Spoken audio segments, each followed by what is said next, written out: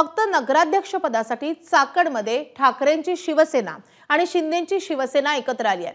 शिंदेंच्या शिवसेनेच्या नगराध्यक्ष पदाच्या उमेदवार मनीषा सुरेश गोरेंचा अर्ज भरण्यासाठी ठाकरेंचे स्थानिक आमदार बाबाजी काळे आणि शिंदेंचे आमदार शरद सोनवणे उपस्थित होते।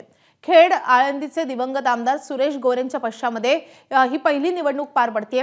दिवंगत सुरेश गोरे यांच्या पत्नी नगर परिषदेच्या नगराध्यक्ष पदासाठी निवडणुकीच्या रिंगणामध्ये उतरल्यात आणि त्यामुळे राजकारण बाजूला ठेवून दिवंगत आमदार गोरेंना आदरांजली म्हणून आम्ही केवळ नगराध्यक्ष पदासाठी मनीषा गोरेंना पाठिंबा दिलाय, त्यामुळे ही युती म्हणता येणार नाही अशी प्रतिक्रिया बाबाजी काळे यांनी दिलेली आहे। त्यांच्याशी संवाद साधलेला आहे आमच्या प्रतिनिधींनी, आपण पाहूया। आता आपल्यासोबत स्थानिक आमदार आहेत। ठाकरे आणि शिंदेंची ही युती नेमकी कशी सत्यात उतरली? ही युती म्हणता येणार नाही। 2014 साली स्वर्गीय माजी आमदार सुरेशभाऊ गोरे हे शिवसेना पक्षाच्या माध्यमातून आमदार झाले। कालांतरानं कोरोनाच्या कालावधीमध्ये त्यांचं देहावसान झालं। मूळ शिवसेना उद्धव बाळासाहेब ठाकरे या पक्षात मी आमदार म्हणून 2024ला निवडणूक लढवली। त्यावेळेस गोरे कुटुंब संपूर्णपणे व्यासपीठावर मनीषाताई गोरेंसहित माझ्या व्यासपीठावर येऊन माझा जाहीर प्रचार त्यांनी त्या ठिकाणी केला। स्वर्गीय सुरेशभाऊ गोरे यांच्या पत्नी मनीषाताई गोरे या ठिकाणी इच्छुक झालेल्या आहेत।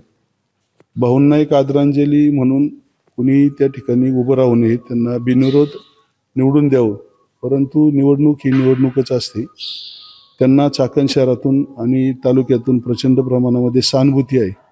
मग अशा परिस्थितीमध्ये शिवसेना जरी 2 झाल्या असल्या तरी भाऊंची कृपा आणि त्यांनी केलेलं विधानसभेमध्ये गोरे परिवारानं आणि सर्व त्यांच्या सहकार्यांनी केलेलं सहकार्य विचारात घेऊन त्या ठिकाणी नगराध्यक्ष पदाला उद्धव बाळासाहेब ठाकरे पक्षाचा उमेदवार उभं करायचं नाही हे निश्चित झालं आणि त्यामुळं त्यांच्या नगराध्यक्ष पदासाठी मी असेल, तालुका प्रमुख असेल, चाकण शहरातील सर्व शिवसेनेचे पदाधिकारी आम्ही त्या दिवशी त्यांचा फॉर्म भरण्यासाठी गेलो आणि त्या ठिकाणी त्यांना पाठिंबा शिवसेना म्हणजे पक्षाच्या माध्यमातून नाही तर त्या दिवशी सुद्धा आव्हान केलं की बिनविरोध द्यावं, परंतु जर बिनविरोध झालीच नाही तर त्या ठिकाणी पाठिंबा देण्याचं ठरलेलं आहे। मग इतर जे आता नगरसेवक पदासाठी जे अर्ज भरतील तिथं आपले उमेदवार असणार आहेत?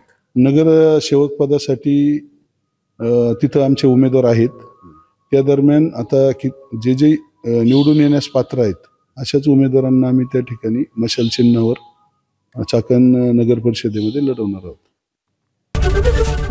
एबीपी माझा, उघडा डोळे बघा नीट।